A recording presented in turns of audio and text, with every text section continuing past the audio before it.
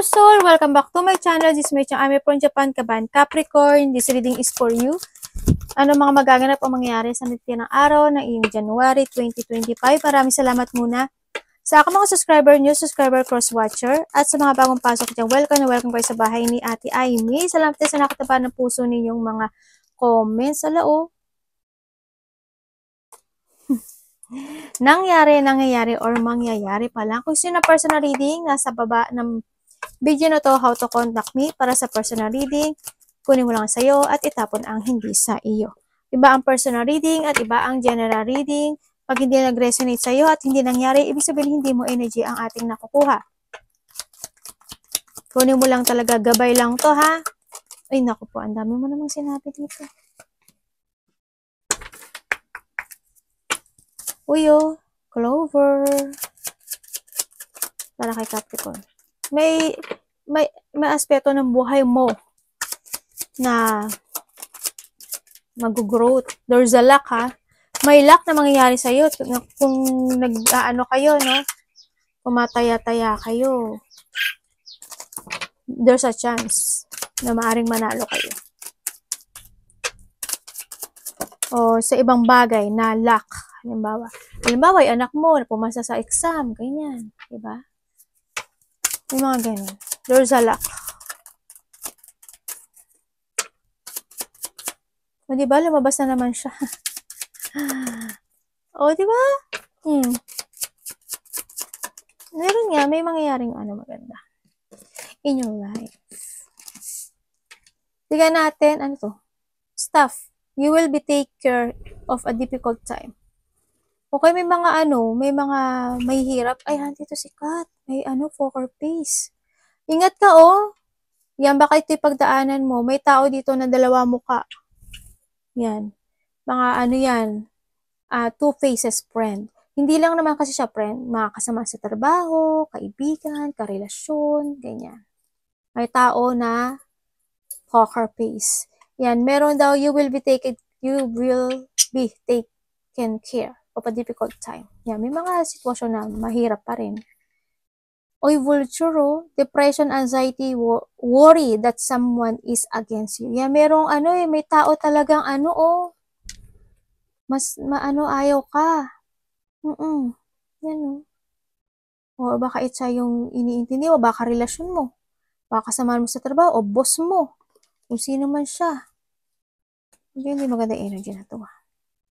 We have the wall, may mga misunderstanding talaga. Yan, maaring kung saan mga aspeto ng buhay mo yan. Pero we have the caterpillar. Ibig sabihin, iba sa inyo, maaring ito is tapos na. Diba? Kasi andito ka na kay caterpillar, nagbabalat ka na, at magiging paru-paro ka na yan. The change is coming. Kung ano man yung pinagdadaanan mo ngayon, may mga pagbabago mangyayari. Yan. Nandiyan yung si diba? Flower. Yan. Kumbaga, hindi yung sitwasyon mo ngayon, hindi puro ganon. There's a changes happen sa'yo. Oh, we have the kite. Yan, iba sa inyo is magbabakasyon kayo, o kaya andito na yung sitwasyon na mas may isip nyo na muna mag-relax o mag-transform. Ganyan, sa nakita ko dito. Kasi there's a changes Maybe you have a vacation. Diba?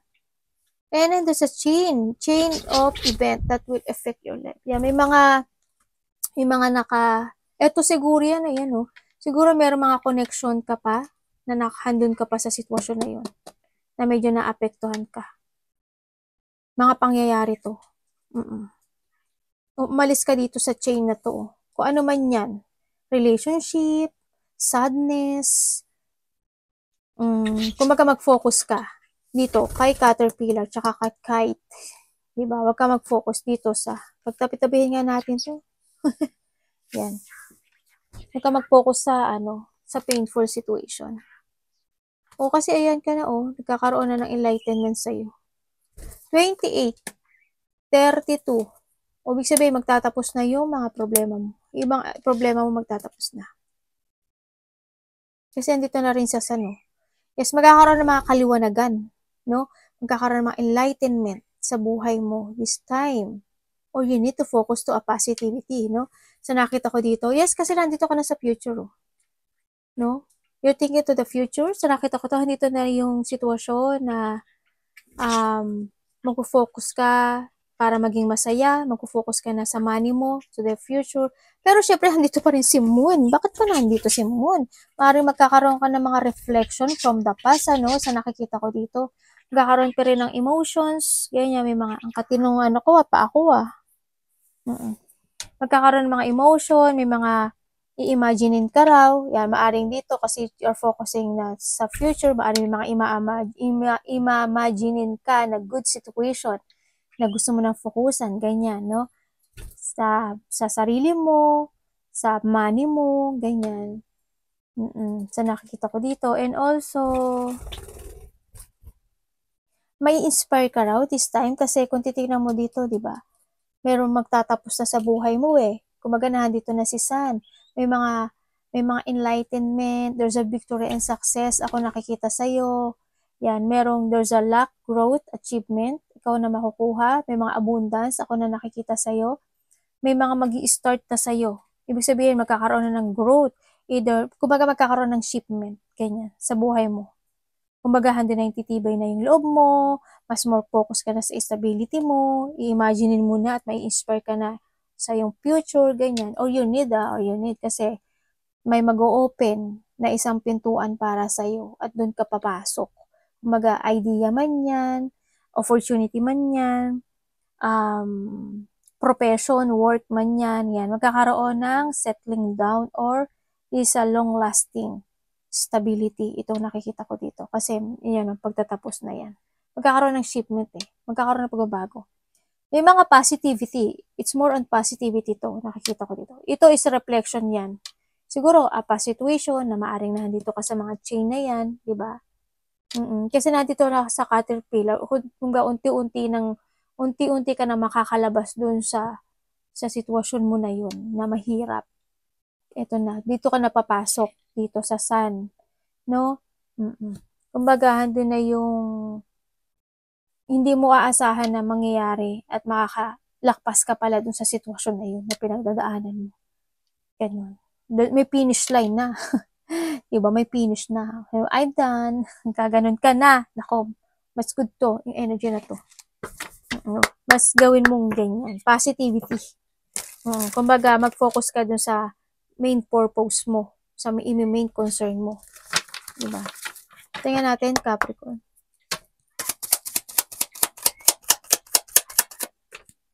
Mari iba sa inyo, opportunity of new work, yan. Kung ano man yan. Uy, yung ganda.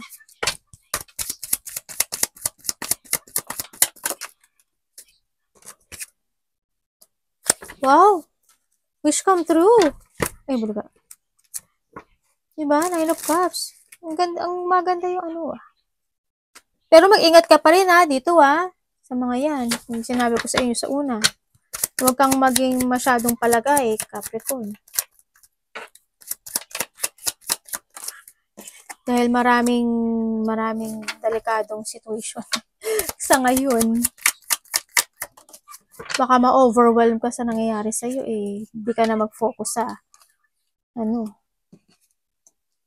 Okay. So, nakita ko sa'yo dito, yes, may mga wish come true. May mga, achievement, no? Malaki man o maliit yan, may mga achievement. May mga makakamtan ka na hinihiling mo sa buhay mo. Ganyan. Meron ako nakikita na there's a happiness nga. Sabi ko nga kanina, may happiness, may joy, fun, or maybe there's a celebration, happy na, no? Sa nakita ko dito. Kakaroon mga getting together, either family reunion, ganyan, or you will enjoy the fruit of your labor and success, anything na kasi may wish come true ako nakikita dito. Maaaring iba dito is related to your child. Ano ba tong card ko? Parang nakatupi. Related to your child, o maaari naman na may mga pinagdadaanan ka na isang sitwasyon na hardship, pero this time daw is unti-unti ka na makakaahon doon. Kumbaga magkakaroon sa'yo ng renewal this time. Renewal, abundance, ganyan. Magkakaroon na ng development. Kumbaga, kung may mga sitwasyon na sadness, may mga tao na may mga nararamdamang sakit, ngayon is more on development ang nakikita ko dito. Ganun. Renewal to sa'yo. May mga may mga, hindi ba dito, maaaring may pupuntahan ka na wedding, celebration, ganyan. May mga surprise parties, event, May coming home pa nga ako nakikita eh. Baka pupunta ka ng probinsya, may pupunta kang galing probinsya, galing bansa, ganyan. Sabay nagkamot daw si ate. Tingnan natin. Meron ka daw mga sitwasyon na mamimiss or pare-reminiscing from the past situations na nakikita ko dito, ganyan. May mga marirevisit mo yung mga memory from the past. Mga mamimiss mong tao, kapatid mo, kaibigan mo, dati mong buhay, yung pagkabata mo, dati mong karelasyon, yung mga ganyan.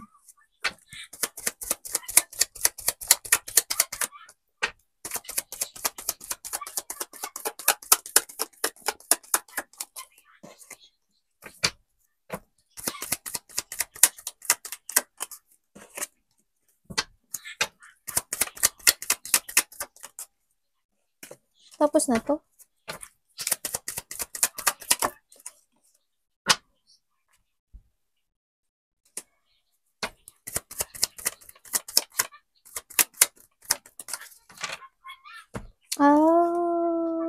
Okay.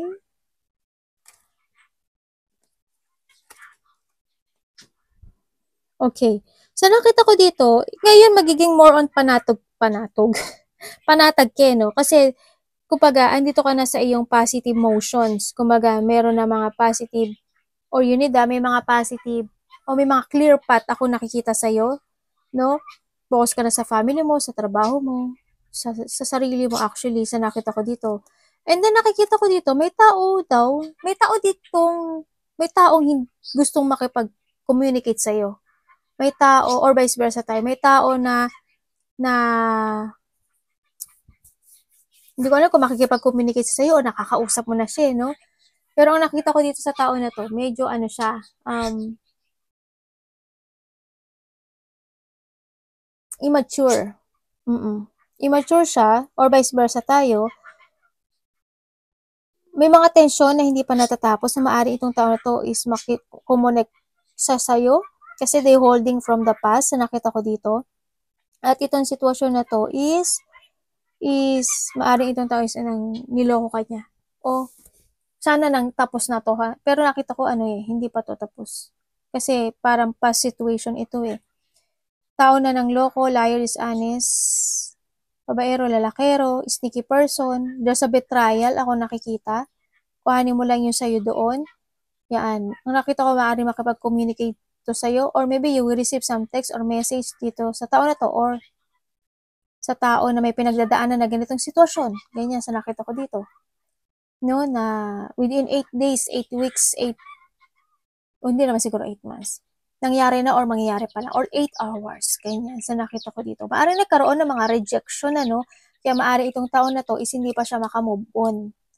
Ganyan. Kung gumaga, gusto ka pa rin niya makausap dito. Maaaring siya is naghihintay or ikaw ang naghihintay. Nagkaroon ng ang dami niya kasing gustong itanong sa'yo sa nakikita ko. They feeling stuck, nagkakaroon ng dissatisfaction at naghihintay siya actually. Ito, no? They still holding sa nakikita ko dito. Naghihintay talaga siya kasi gusto niya ng new beginning sa'yo. Medyo naguguluhan itong tao na to sa nakikita ko dito. Pero ang nakikita ko parang ipot boundary dito sa tao na to.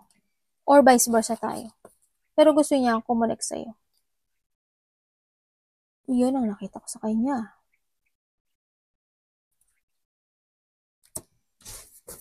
Kailangan pa mabalikan ng nakaraan. Sabay ganun. Ate, umuhugot. Uy, wala ko hinuhugutan na. Kasi wala naman ako ipanghuhugot. Ano pang uhugot ko? Wala. Nothing happened. Diba? Nothing happened. May ganun pa si ate, no? Tapos na po to. Ano ngayon? Ano na po? Maring may tao dito hindi nakaka-move on. May tao hindi nakaka-move on. About saan po?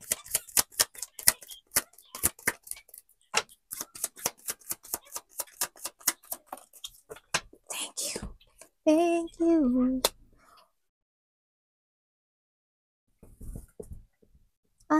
Okay. Ibig sabihin, in the past, no? In the past, nandun talaga yung sitwasyon na nagkaroon ng mga depression o maaring nagkaroon ng mga negativity, no? Or nandun yung sitwasyon na may mga nangyaring you're in a dark place or parang nagkaroon ng mga disloyal person. Ako nakita. Pero ngayon nakita ko na you are the strength ni, no? Ngayon, nakikita ko na mas more ka ngayon nagfo-focus sa iyong Nine of Cups, sa mga dreams come true mo, sa mga fulfillment mo, sa nakita ko dito. You are focusing to recover yourself, sa nakikita ko dito. Pero syempre, andun pa rin yung sitwasyon na maaring ikaw is na nahahatak ng nakaraan at naguguluhan, ano, sa nakita ko dito.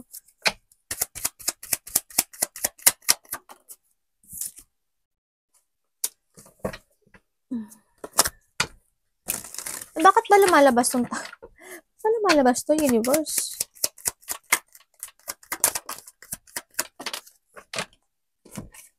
Okay. May kanina pa to lumalabas. May tao tayo to na ano na nagigilty daw siya. Parang nagkakaroon siya ng lack of trust or self-doubt to connect sa'yo. Sa nakita ko dito, maaari ito is tao na to, is di ka talaga niya malit. Pero lalaki siyang lumalabas eh. Maaaring tao to nag-away kayo, no? Maaaring kasama mo sa trabaho, karelasyon mo. Ganyan, sa nakita ko dito. Sabi natin na, we have the Pisces, Leo, Aquarius, Aries, Leo, Sagittarius. We have the Leo, Sagittarius, tama, Scorpio. Yun. Kunin mo kung sino ka dito. Ang wala lang pala dito, ano? Yung Sun. Yan. Maybe someone spying. Maaring itong tao ini-spy ka niya.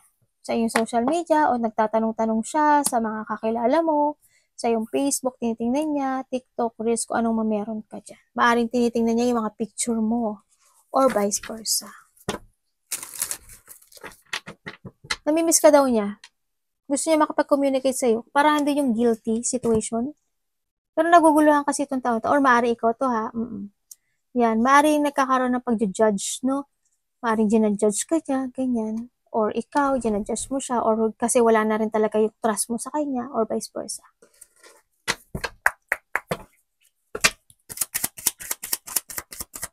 Ba't ang lakas ng energy nitong tao na to? Sino ba to?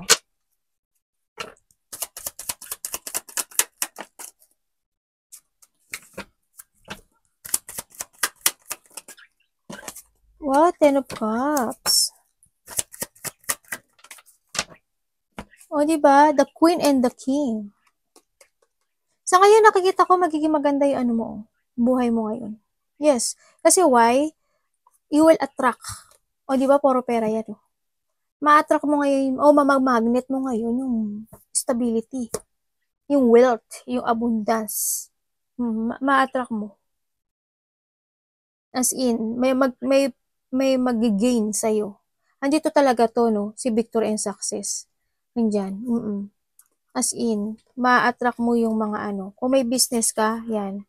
Ngayon is a new beginning of your life. Sa nakita ko dito. Maaari iba dito is dalawa yung anak. Yan. Mas more ka mamamagnet. Mas more mo mamamagnet ngayon. Kasi 10 of Cups siya, no? Diba? It's more on happiness, abundance, prosperity. As in, kasiyahan, and then, kasaganaan. Sinagalog ko lang no? Congrats!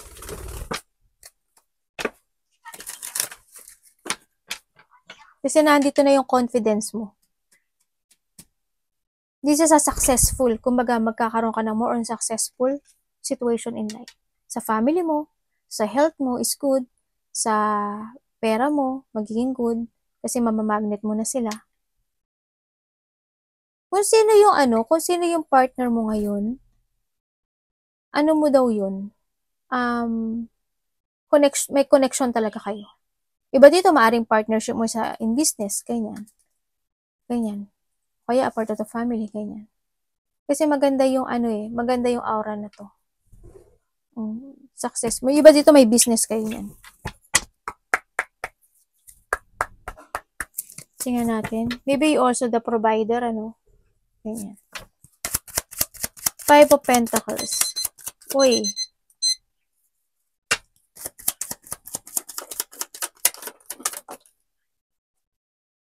Ang pera na naman, oh.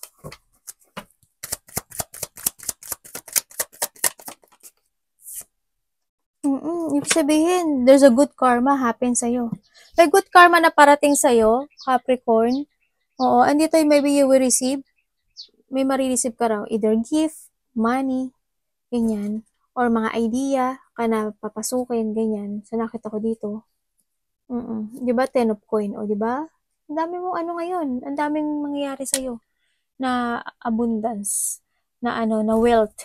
Yan. Na may mga material success ako nakikita sa'yo. May mga good karma, may marireceive ka daw, pera or gift, ang nakikita ko dito.